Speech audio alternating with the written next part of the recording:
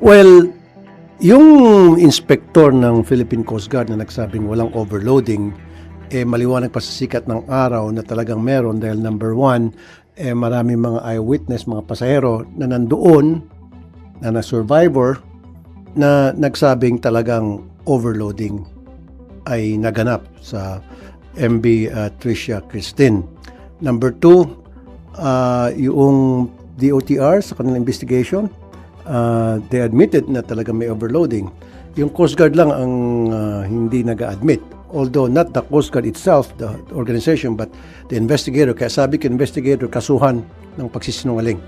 And sabi ng Philippine Coast Guard, yes, kakasuhan nila.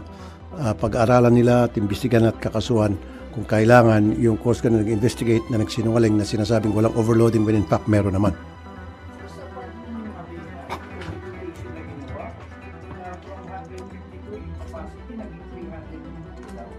Kaya nga yun ang kinokontest ko kanina. Doon nga ako nang gagalaiti. Bakit nakalusot sa kanila yan? Ba't nila pinayagan?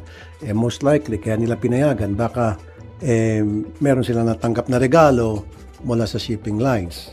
So, as simple as that. Otherwise, hindi mo papayagan yun. Alam mo na yung structural integrity ng barko na compromise kung dadagdagan mo ng space para sa additional pasahero when in fact it was built for a certain number of passengers and then dagdagan mo ng space para ng structure para maka-accommodate na more passengers, overloading ka na all the time.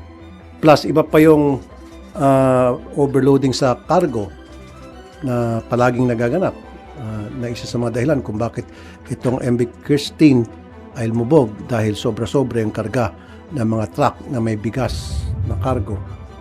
One of the reasons bakit lumubog.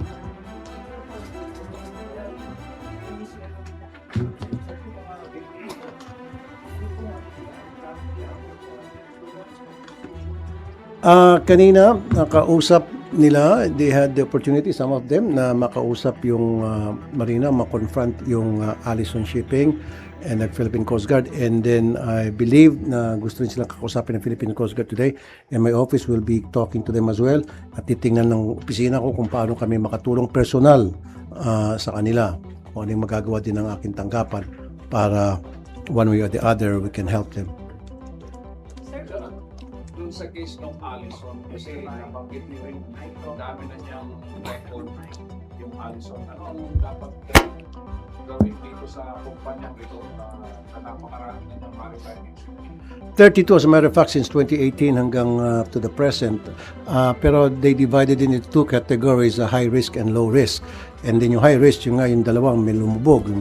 Itong Christine, tapos yung the previous year is yung Mary Joy ata yun, correct me if I'm wrong, na kung saan may mga namatay at sabi na yung iba daw na ground lang, nakabangga, etc. But still, it calls for a in-depth and thorough investigation kung bakit nangyayari palagi itong mga aksidente na kinasangkutan ng Allison. At kung nakita natin na talagang very blatant ang kapabayaan, we might as well recommend na ma-cancel o ma-revoke totally ang permit or prangkisa nitong Allison para wala na ma-perwisyo pang mga pasahero. So sir, ba't paulit-ulit? Dun sa mga previous incident, hindi sila napanagot? Bakit po? May protector ba sila? Very good. Thank you for that question.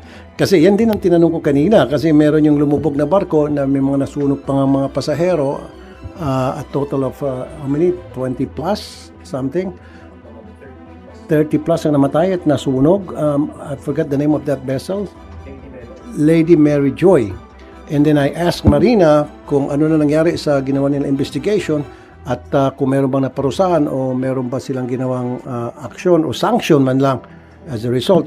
Sabi nila wala raw. Kaya nga sabi ko sa susunod na hearing, pina-invite ko yung investigator ng kaso dun sa lumubog na Lady Mary Joy at pinaimbita ko rin yung dating administrator kasi in the name of command responsibility. At kapag nakita ko may kapabayaan sa kanila, dapat kasuhan din sila. Kahit natapos na yung insidente, kahit na matagal na. So You will make sure this time talagang mapapanagot na sila sir. Ito yung assurance na hindi na ito mauulit itong ganitong. Correct. As a matter of fact, kanina na-recommend ko kung pwede murder eh. Pero sabi ko, pag-aralan nyo muna, so far sa ngayon, ang pwede lang maikaso yung graft and corruption daw, tapos reckless imprudence resulting to multiple homicide.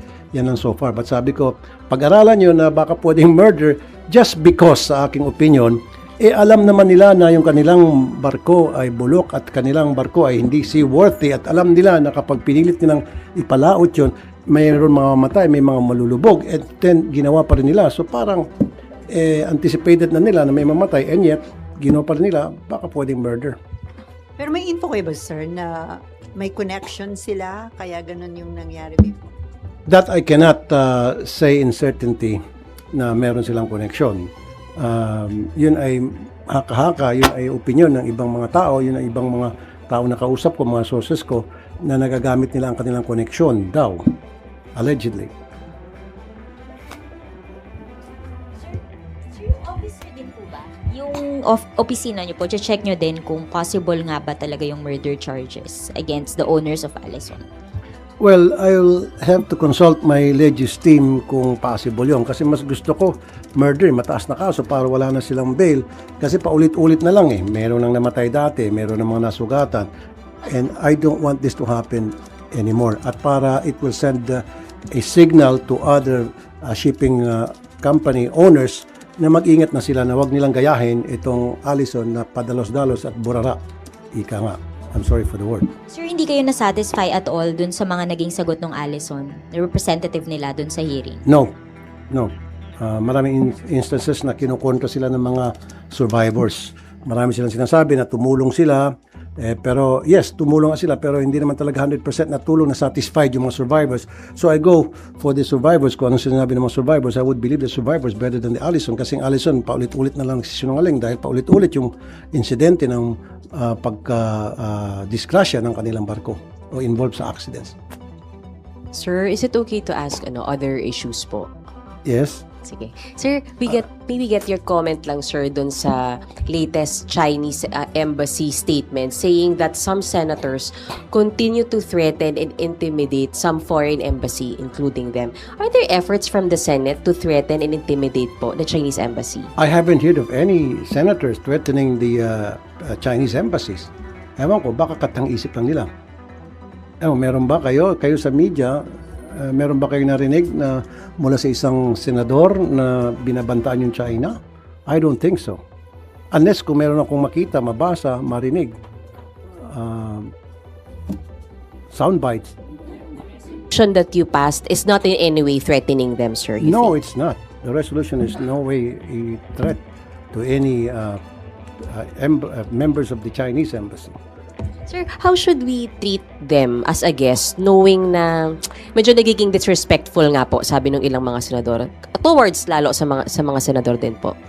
I think the ambassador of the Philippines to China and the Chinese ambassador to the Philippines should sit down, involved siguro natin yung DFA, para pag-usapan kung ano ba talaga ang dapat gawin para ma-ease yung tension.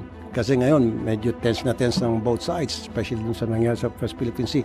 Ano mga dapat gagawin? Ano ba dapat yung mga protocol na we have to observe, the both countries have to observe para itong nangyaring tension ngayon between the politicians and the government people in the executive and the people in the Chinese embassy ay hindi na magkaroon ng ganitong klaseng gusot.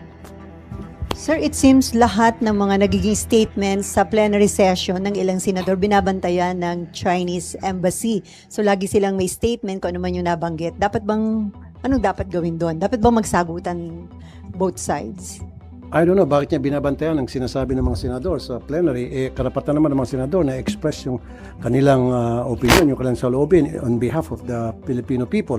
And yung mga senador naman, para sa akin, including myself, we're just expressing the voice, the sentiments of the fisher folks na matagal nang naharas, matagal nang nababantaan, naabuso, nabubuli. So I don't see any reason para itong China ay magalit o magtampo o magsama ng loob dahil pinag-uusapan namin sila sa plenary doon sa pinanggagawa nila. At totoo naman yung mga pinanggagawa nila against sa ating mga fisher folks especially. Kasama na yung mga Philippine Coast Guard na kanilang hinaharas, kinakanon, water cannon. Hindi ba harassment yan? Hindi ba pambubuli yan?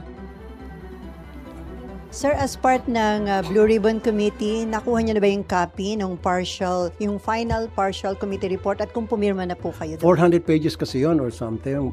So binabasa ko pa muna. So hindi muna ako pirma hanggat hindi ko totally nabasa yun, na intindihan, and then I have to consult my legis team on that matter. So ayoko maging padalos-dalos.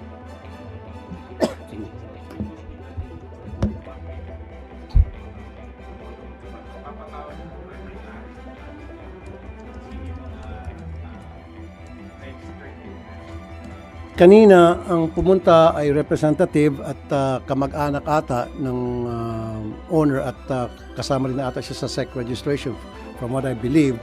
But sa next hearing, maybe yung pinaka-main owner talaga. Titingnan namin yung SEC documents kung sino yung corporate nasa corporate list doon. Yun talaga ipapatawag namin.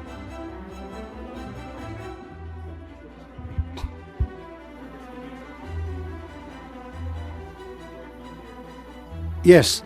As a matter of fact, kaya nga ipapatawag ko rin yung dating investigador doon sa accident na nangyari sa Mary Joy. I think this was last year or 2023. Bakit hindi sila nagpalabas ng resulta ng kanilang investigasyon at ano bang nangyari sa kanilang investigasyon? Meron ba nakasuhan? Meron ba na sanction o at least man lang administrative case man lang na file? Sabi ng Marina kanina, yung administrator, yung babae, wala daw. Not that she knows of. So papatawag ko rin yung dating administrator ng Marina. Kasi in the name of command responsibility, ba't niya pinayagan na walang mangyaring investigasyon o at least man lang lalabas na result ng investigation para malaman ng publiko na kumikilos talaga ang Marina dun sa nangyaring insidente. Sa yung assistance nila, moving forward po ba ano pa yung pinakamagandang gawin para hindi sila malito, lalo pa in distress sila, so nalilito sila kung saan sila lalaki. Yun nga pinag-usapan doon kanina kasi meron pa yung mga sinasabing one-stop shop, yung DSWD, sumama doon sa LGU at sumama doon sa Allison. So, we have to talk again doon sa Allison. Tingnan ko yung mga papers kung talagang totoo yung mga pinagsasabi nila to prove to us na nagbabayad sila. Sabi nila, nagbabayad daw sila, millions na nagastos nila, etc. So, they have to show proof. Hindi lang pwede yung laway-laway lang. So, kailangan magpakita sila ng ebidensya. So far, marami sa mga survivors, mga relatives ng victims, nagsasabi na mabagal daw sa pagbigay ng tulong ang Allison. As a matter of fact, meron pa yung pinapapirma sila ng quit claim, samantalang hindi naman enough yung perang binibigay. Hindi talaga nakasaad kung anong nakasaad sa insurance policy. So, those are being studied by my team, and sa next hearing, yan ay i-bring up namin ulit. Sir, sorry, isa na lang about China. Sir, how do you see this ending given that there have been exchanges of hurtful words between government officials and Chinese embassy? Chinese embassy saying they should not be underestimated. Well, ang mahirap kasi sa China, napaka-sensitive nila. Samantalang silang aggressor dito. Sila nga yung nangaharas ng ating mga mangisda, pati ating mga taga-Philippine Coast Guard. Sila ang nambubuli, sila nag-water cannon sa atin, and yet, nakuha pa nilang maging sensitive? Come on. Dapat kung gaano kakapal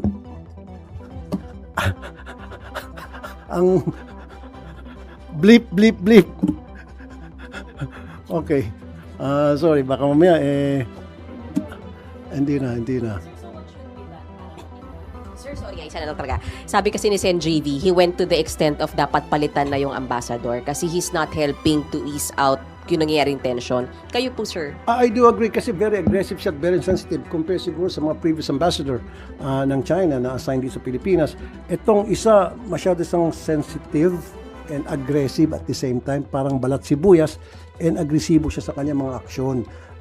Yung kanyang reaction sa mga developments, sa mga nangyayari dito.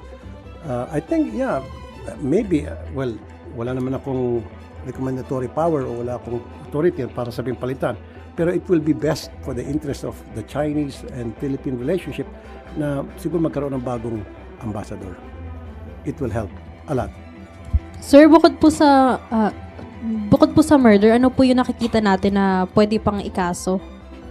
Marami, negligence, pero ang pinaka ano talaga dyan, murder kung kaya, pag-aaralan pa ng DOTR at ang aking legis team kung pwede. Pero yung talagang swak na swak ay yung reckless imprudence resulting to multiple homicide.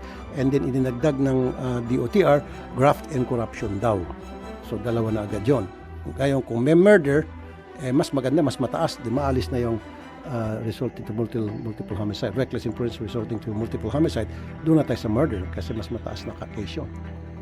Ari po ba ito or dun sa mismong Sa may-ari, tapos sa kapitan ng barko, sa crew ng barko na nag-survive, sa mga taga-Philippine Coast Guard na naging pabaya, sa mga taga-Marina naging pabaya, lahat-lahat. Hindi lamang yung concentrate tayo doon sa may-ari, kundi maging sa government agencies na mayroong responsibility na siguraduhin na seaworthy yung barko bago ito pumalaot.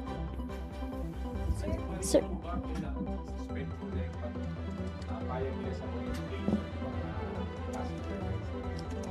In the first place, dapat walang pagpayag. Doon pa lang meron ng pagkakamali ang Marina na pinayagan nila na yung isang barko ay ma-modify at binigyan nilang permiso na makapaglayag. So doon pa lang may pagkakamali sila and I'm not gonna allow it anymore.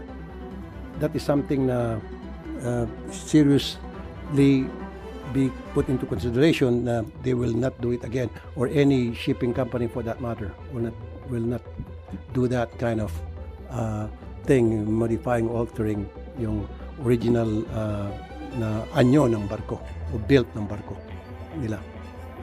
lang po yung sa Blue Ribbon Report, yun daw po kasing recommendation now is for preliminary investigation instead of charges against yung mga kapwa senador nyo po na nai-involved dun sa flood control scandal. What's your take on that initially? Yung charges inalis na muna and then preliminary investigation daw po yung nire-recommend. Still, like I said, kailangan ko pa rin pag-aralan. Kailangan ko pa rin basahin. Kasi makapal yun, 400 pages yun.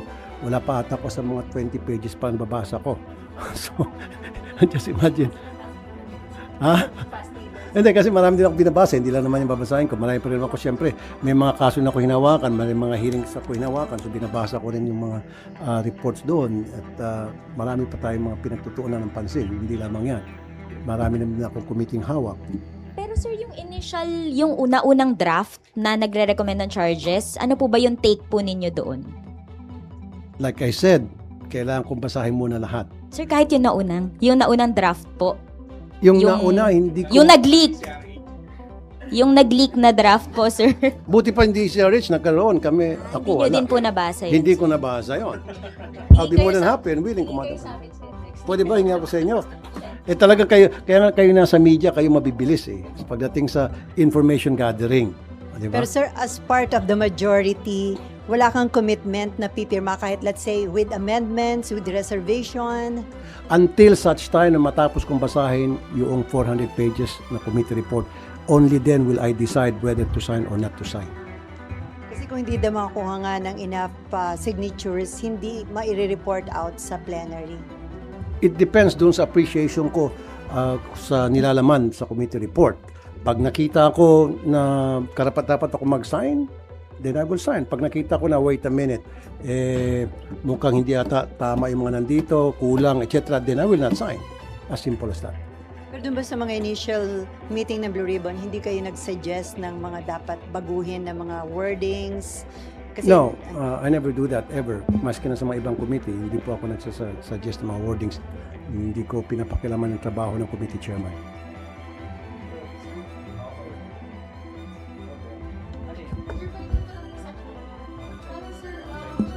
Do you think kailangan na pong mag-intervene ng Malacanang? Kasi aside from the resolution issue, meron din pong issue sa persona non grata between the Kalayaan Islands officials and dun sa Chinese ambassador. So, do you think kailangan na mag-intervene ng executive aside from the DFA, yung Malacanang Palace itself? Well, matagal naman na meron tayong tinatawag na diplomatic relationship sa China, meron tayong trade relationship sa China, at yung ating gobyerno naman, ino-honor naman niya kung ano yung dapat gawin ng Pilipinas in terms of diplomatic relationship. It's so happen na itong China lang ay medyo lumalabi sa ata pagdating niya sa West Philippine Sea dahil may arbitral ruling na nga na sinasabi sa atin yung area na yon, matigas pa rin sila, and then ang masaklap, ulitin ko for the nth time, na haras, nabubuli yung ating mga fisher folks. Yun lang yun eh. Hindi lang mga fisher folks natin, pati Philippine Coast Guard. And remember, the Philippine Coast Guard represents the Filipino people as a whole, bukod pa sa mga fisher folks. Sir, to another issue lang.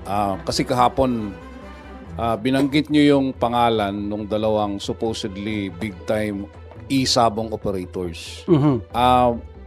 May plano ba kayo na sila ipatawag? Itong si Mr. Pineda and then yung ginoong Bernos na supposedly taga-Abra.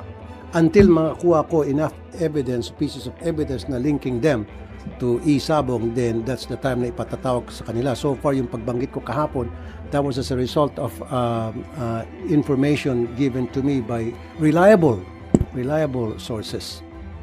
So kaya nabanggit kanina. That's true, barbero yun talaga. Yung barbero ko magaling sa intel yun. Kahit walang intel pa yung barbero, gupit lang siya ng gupit. Habang nagugupit, nagkikwento siya. Nakwento niya. Okay, safe, kaya hindi ko babanggitin pangalan at saka hindi ko sabihin kung saan barbershop. Pero as the hearing developed yesterday, kumusta yung operation, sir? Nagtuloy pa rin ba?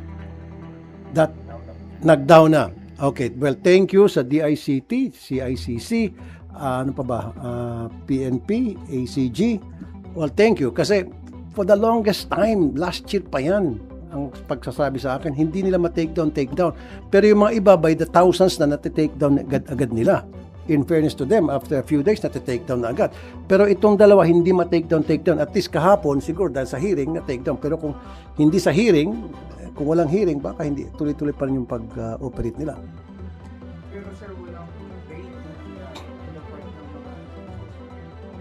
That I haven't monitored. Basta tinake down lang yung sa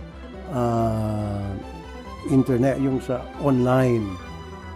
Yung sa pagsasabong, kung meron silang permit sa LGU, pinayagan sila na magkaroon ng sabong sa isang sabungan, kung saan man lugar yon, then makukonsider sila legit.